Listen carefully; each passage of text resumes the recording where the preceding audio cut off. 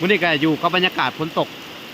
วัดมือวัดเว้นพี่น้องเลยเนาะแต่เศร้าๆก็ยังบ่หายอยู่พี่น้องเลยเขาก็จะมาเบิ่งไอ้แก้วคือเก่าพี่น้องเพิ่นสีขุดล่องน้ำเลาะเฮือนพี่น้องเลยโอเคไปเบิ่งกันเลยพี่น้องนี่พี่น้องตัดภาพมันอยู่ทางไอ้แก้วเพื่อขุดล่องน้ำว้าวขุดออกไปสลายแก้ว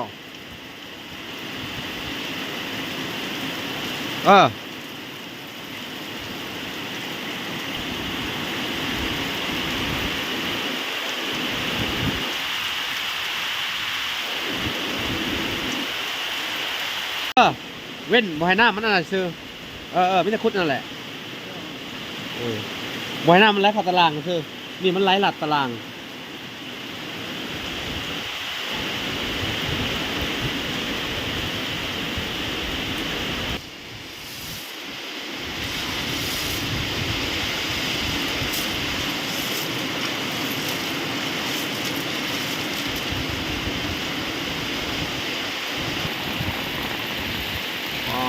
เปียกหมดเลยพี่น้องเลยเดี๋ยวจะไปหลัดเป็นบ่อแก้วเพิ่นได้บ่แดงโตแดงได้ต่อมีอีกบ่ที่ไปใส่ต่อเลยบ่แก้วฮะไปใส่ต่อบ่ไปใส่ไป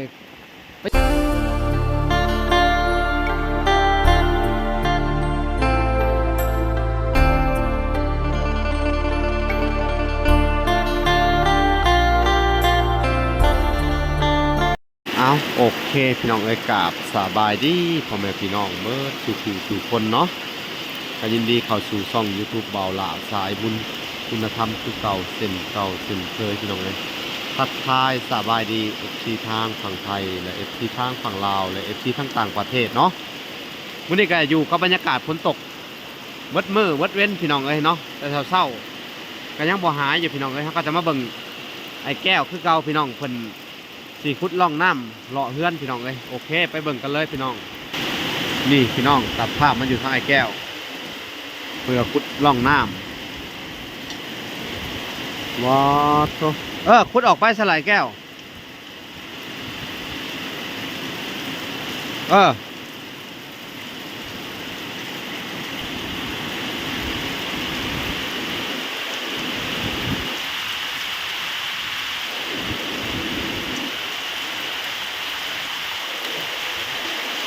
บ่สอบมันแก้วพ่อมันสิเลิกไม่จะขุดแต่ท้ายนี่แหละมาเว้นบ่ให้น้ำมันอะไรซื้อไม่จะขุดนั่นแหละบ่ให้น้ำมันไหลเข้าตารางซื้อนี่มันไหลหลัดตาราง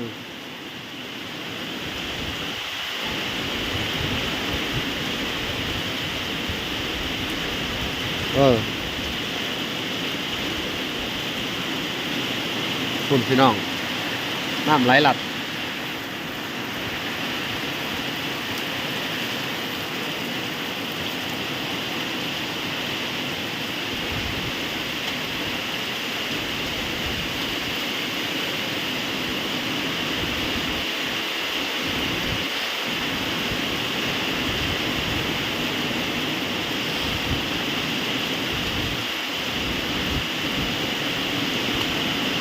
คุดเสร็จแล้ว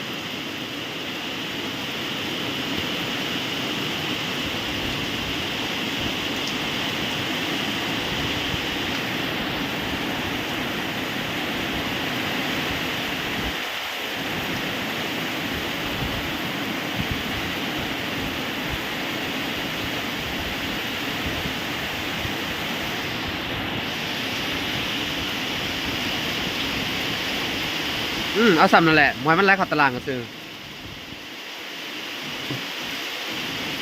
บัดนี้เขาจะเห็ดคักพุดอันนี้ก็ได้ไอ้แก้วโอ้ทรายคือสะว่ากวดขึ้นมาทำไมเอาเดียวขึ้นบ่อนนี่กวดขึ้นมาทรายดินน่ะ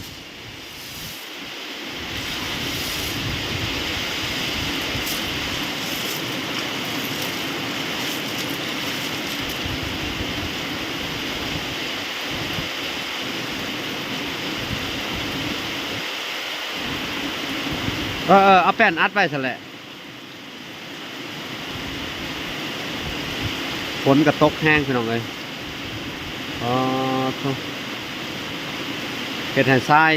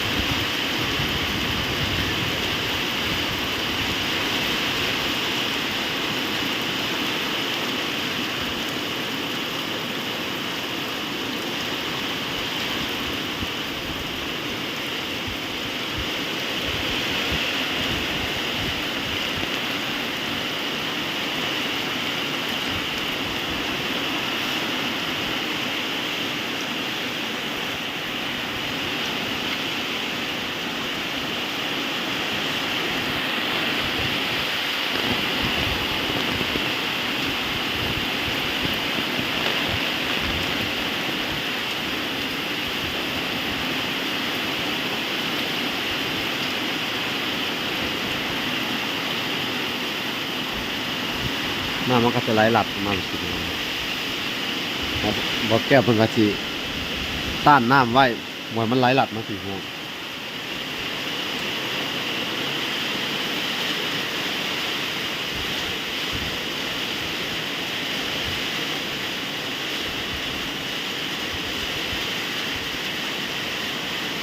เบิ่งพี่น้องลม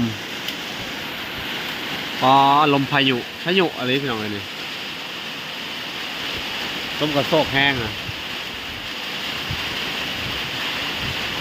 น้ำในสระนี่มันจนอ่างพิลึกพิล่ำเลยพี่น้อง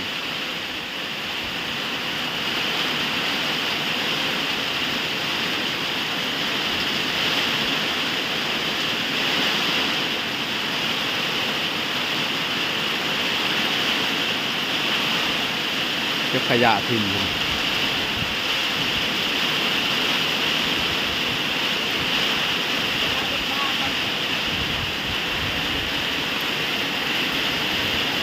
ต้องใช้พอจะไปหาจับปลาต่อไปจักพี่น้องเลยโอ้ยไปหาจับปลาต่ออีหลีพี่น้องเลยไปลุยเบิ่งเพิ่นเป็นห่วงปลาไปแล้วผู้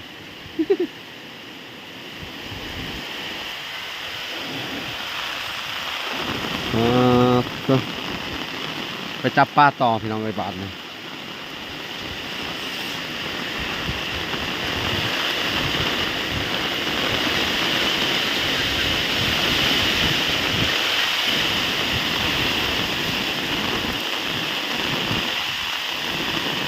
บ่แก้วก็ไปจับปลาต่ออุ้ยต้องใช้จับแล้วผู้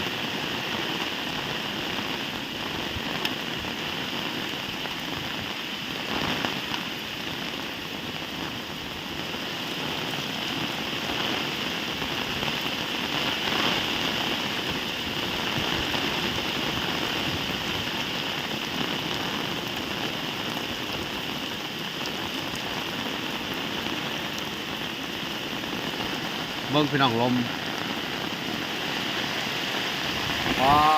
ออดเต็มหน้ากล้องเลยอู้สุดยอดเลยพี่น้องเลย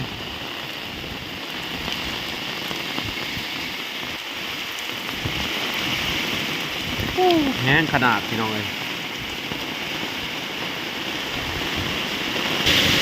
ตัดภาพมาอยู่4 เช้าวันพี่น้องเลยก็เป็นเลือกปลาเสียได้กินมกกินบ่สิมกปลาบ่บัดนี้อ๋อได้หลายเติมมกเนาะโอ้ยมกแซ่บแท้ใส่ผักอีตูเนาะหรือว่าอู้ใส่ผักอีตูก็ได้อู้นั่นขอนๆน่ะเนาะอ๋อทุกพี่น้องเลยคาแมนนั่นคนไปเอาแต่กลางคืนน่ะให้ได้หลายเนาะเราเพิ่นก็ตื่นตี 3พี่น้องเลยเพิ่นก็ตื่นประมาณตี 4กว่าฝนตกเบิดคืนเลยคืนนี่ก็เนาะไม่ได้นอนได้อยู่บ่คืนนี่กันว้าเปียกไปเลยพี่น้องมึงกูสภาพอ๋อ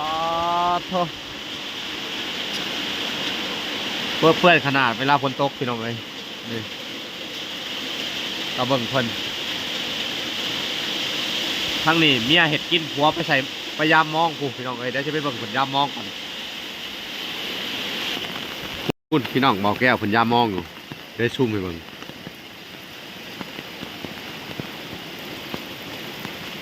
โอ้ผลยามมองอยู่พี่น้องกูมึงหัวได้หรือบ่ได้ถ่าจอบถามเพิ่นฝนก็ได้ตกแค่ตกว่าพี่น้องเอ้ยอันนี้พายุเข่าน่าจะเป็นมื้อนี้วันที่13มื้ออื่น14พี่น้องเอ้ย15น่าจะเบิดเนาะอันตรายเลยพี่น้องคนกู้มองบ่หรืออะไรไม่ได้ปลาเลย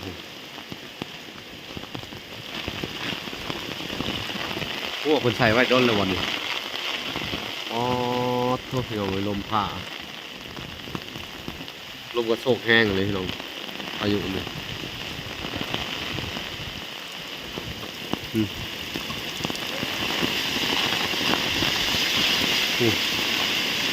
พัดลมขนาดพี่น้องเลยคุณ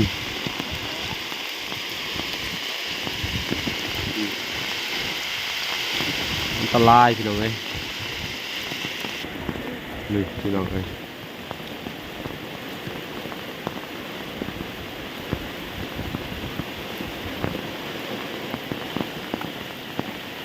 เบิ่งผลยามอง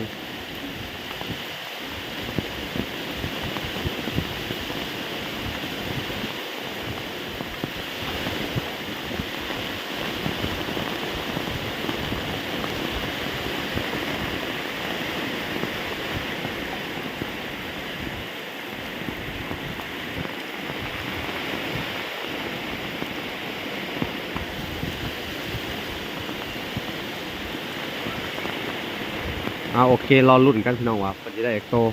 มาหนึ่งมันมี2ด่างหนึ่งผมว่าอยู่ทั้งหลุมพี่น้องเลยพอดพี่น้องเลยลมแห้งเติบนะพี่น้องเลยนี่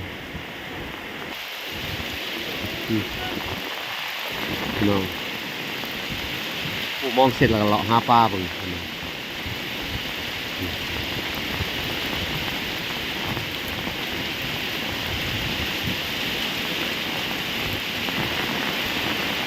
น้องฝนตกปล่อยๆจากสังกะสีเปียกหมดเลยพี่น้องเลยเดี๋ยวจะไปหลัดเป็นบ่อแก้วเพิ่นได้บ่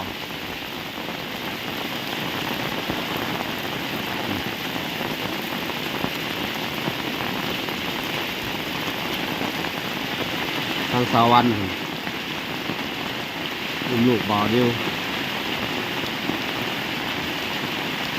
พี่น้องบ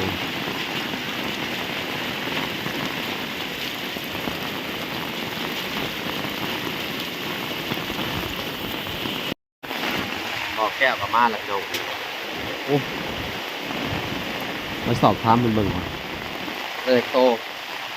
แว่งได้ต่อมีอีกวะที่ไปใส่ต่อเลยบ่แก้วฮะไปใส่ต่อบ่ไปใส่ไปย้ำด้านน่ะย้ำเลยบ่ยังไปย้ำอยู่ไปเลยพี่น้องเลยไปเบิ่งโอ้ส่งเสือเก็บไว้นะฮะ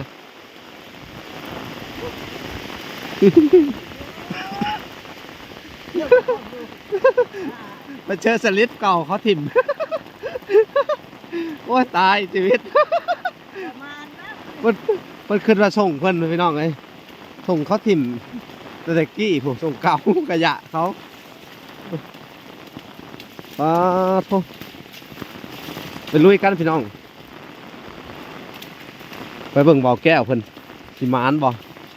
โอ้ยเพิ่นปะตีนไปแล้วเขาใส่เกลือไปพี่น้องตามเพิ่นไป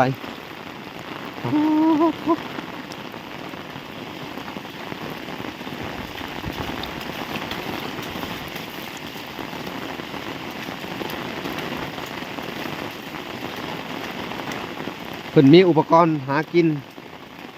แบบขยันขนาดพี่น้องหาอยู่หากินต้องขอบคุณแม่ตู้ที่ซื้อให้แม่ตู้ USA พี่น้องเอ้ยที่ซื้ออุปกรณ์หากินให้เพิ่นว่าจะเป็นดังสอนแล้วก็มองพี่น้องเอ้ย เพิ่นก็มาใส่หม้องนี่พอได้กินอยู่เพิ่นว่า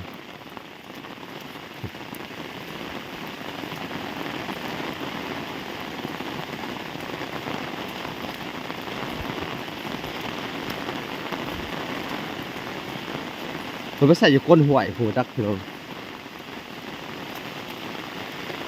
นี่พี่น้องป่าแท้นี่อีก2-3 มื้อนี่ก็ถ้าฝนหยุดตกนี่มันก็จะมีเห็ดละโง่งขึ้นแล้วพี่น้องเอ้ย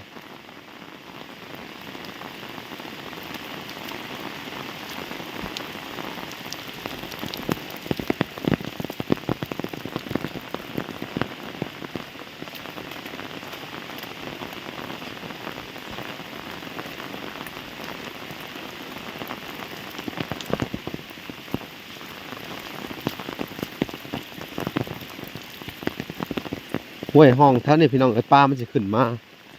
มันจะขึ้นมาวางไข่พวกปลาขอปลาดุกปลาเข็งปลาขาวต่างๆนานาพี่น้องมันจะขึ้นมาอยู่ในไห่ในนาถึงฤดูกาลมันกะสิครับลงสู่แม่น้ำเซ่คือเก่าพี่น้องนี่สายน้ำ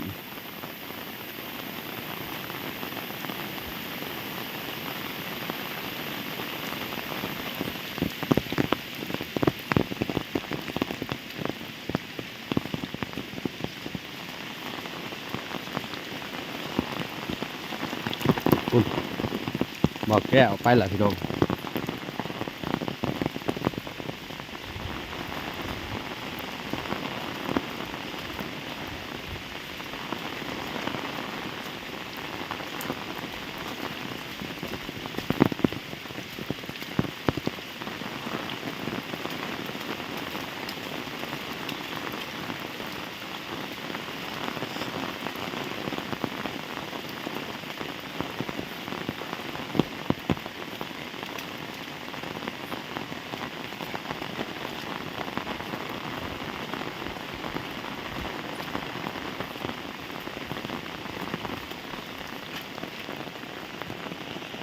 ปาดพี่น้องเลย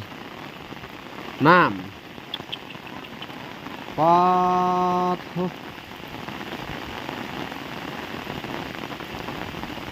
น้ำห่วยขึ้นร้ายอะไรไปได้แก้วฮะไปบ่ได้นี่คือไม่ใส่แถวใครหน้าเขาผูแถวสั้นน่ะไม่ใช่มองกันดิ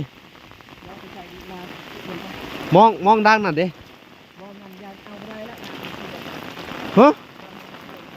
น้ำมันบ่ได้ไหลแห้งบ่นี่มาคือมาใส่แท้ให้หน้าเขาดิป้ามขึ้นไปพี่เจ้าก็มาโก้ปะบ่เขาบ่ได้ดังหน้าเขาเด้เขาใส่ขอบทางกันไปนี่ไปพี่ลองเบิ่งเขาเจ้าเขาก็มาโก้เอาพอดีหน้าป้ามันแล่นได้ซ้ำนี่ซ้ำจะเสียเอาจะหน่อยนี่จะใส่หลอดไปนี่แก้วนี่ลงจากนี่ใส่หลอดไปตามแคมป่านี่ก็หนึ่งเลยนี่ตั้งตัวนี้แหละไปนี่เด้ใส่หลอดไปนี่เด้อเดี๋ยวตัดไปนี่หันแหละ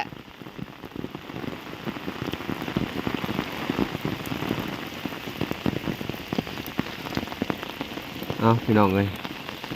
ให้ไอ้แก้วขึ้นใส่มึงจะหน่อยก็มากู้เอาดอก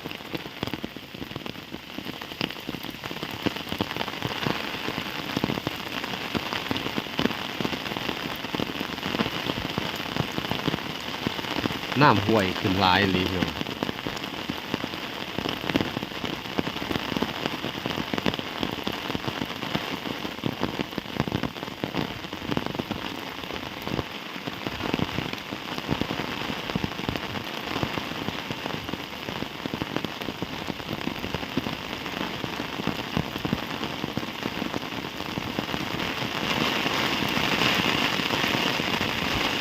ป๊า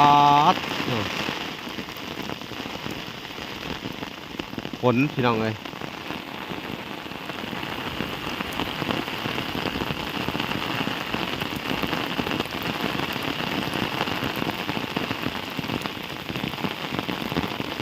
โคตรเล็บหัวเราไม่ได้เราไม่คางพี่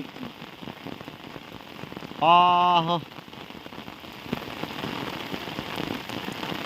ลิฟต์แล้วลิฟต์แล้ว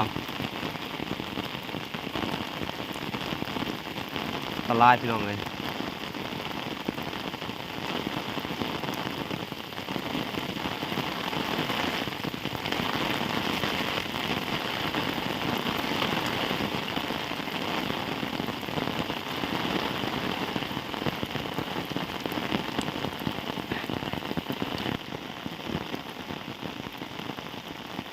เพราะว่า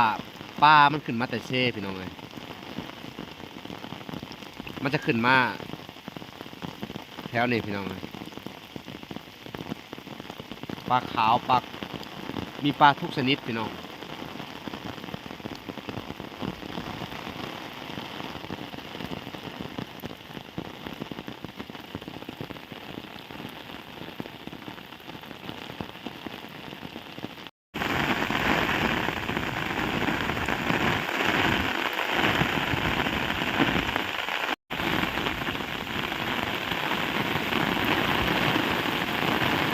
บ่อแก้วเพิ่งก็ใส่ไปข้ามกลางสายฝนพี่น้องเลยอ๋อฝนก็ตกบ่หยุดเลยพี่น้องใส่นำไปเลย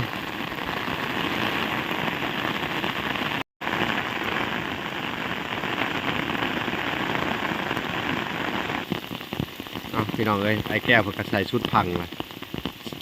เพิ่งก็จะได้ยุดแล้วพี่น้องเลยเพราะว่าอีกด้านหนึ่งไปเอาบ่ได้พี่น้องน้ำมันหลายมันต้องข้ามห้วยไปอีกพังหนึ่งพี่น้องเลยเพราะว่าฝนตกทั้งคืนเลยพี่น้องเลยน้ำเต็มไห่เต็มหน้าเต็มห้วยเต็มห้องพี่น้องไปบ่ได้ก็พายุเอลิล้อพี่น้องเลยเอาพาเบิ่งบ่อแก้วมาพี่น้อง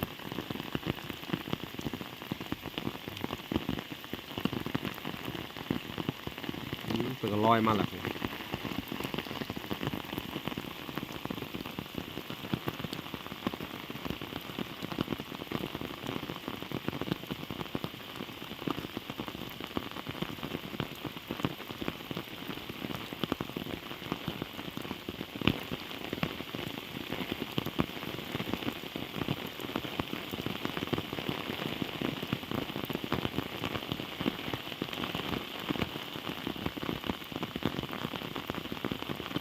เพิ่นใส่เสร็จแล้วเพิ่นก็ย่ามมาพี่น้องเลย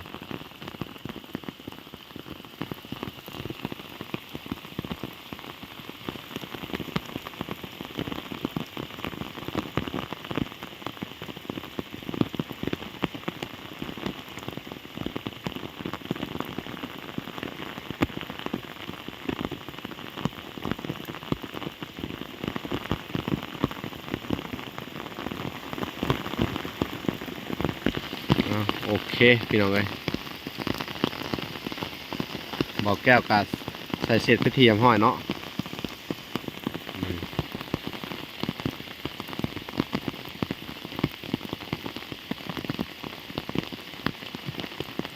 ถึงกระยามกลับมา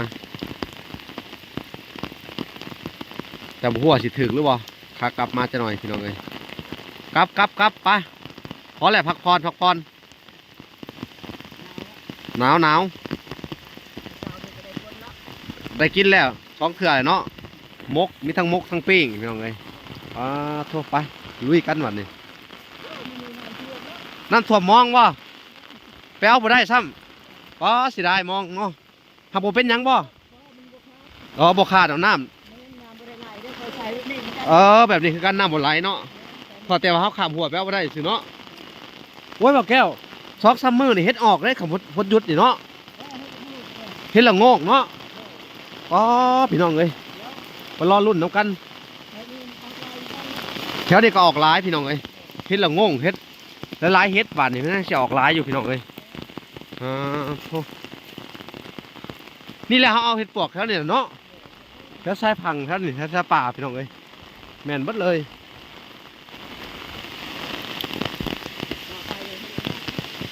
ต่อไปเฮ็ดละโงกพี่น้องไอ้บาทนี่มารอรุ่นของการเฮ็ดละโงกมันจะเป็นแบบใดนี่แถวนี้แม่นบัดแหละป่าเฮ็ดละโงกป่าเฮ็ดปวก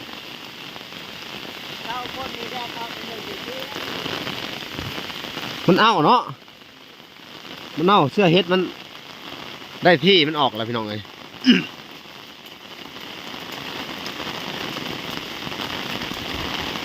วพายุยังอีกมืออื่นหูได้สิ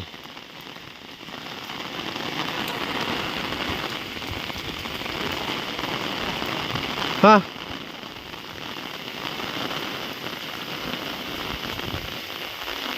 ปดโพผลพี่ดิผลดีขนาดเออ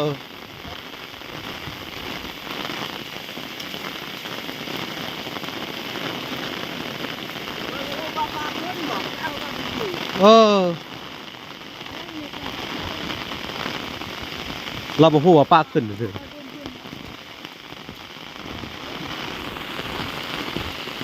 เป็นบอกว่าป้าขึ้นพี่น้องเลยเราไปเอากลางคืน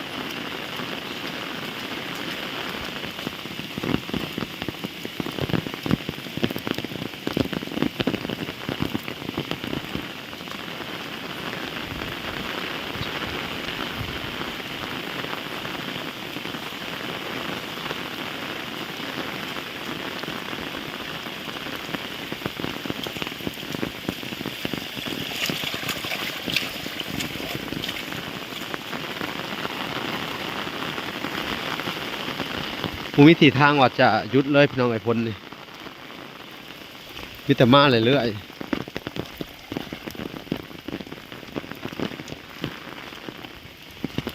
เอาโอเคพี่น้องไปพ่อบอกแก้วอยู่เฮือนเลยเอาพี่น้องเลยตัดภาพมาอยู่ที่เฮือนไอ้แก้วสภาพมึงพี่น้องเลยป๊าบเนาะโอ้สบายดีสบายดีโอ้สบายดีพี่น้องกู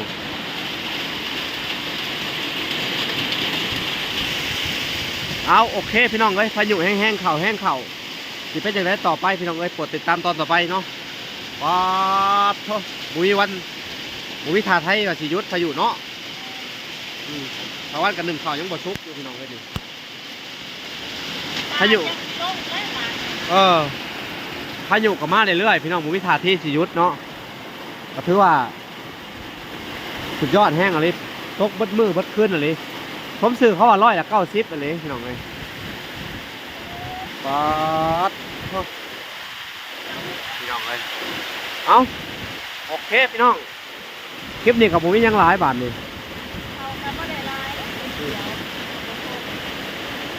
เอาล่ะการที่ได้จบคลิปก่อนแต่เพียงเท่านี้เนาะพอกันใหม่อีกคลิปหน้าพี่น้องเลยว่าสิเป็นอย่างไรต่อโปรดติดตามตอนต่อไปพี่น้องโอเคพอกันใหม่คลิปหน้าบ๊ายบายพี่น้อง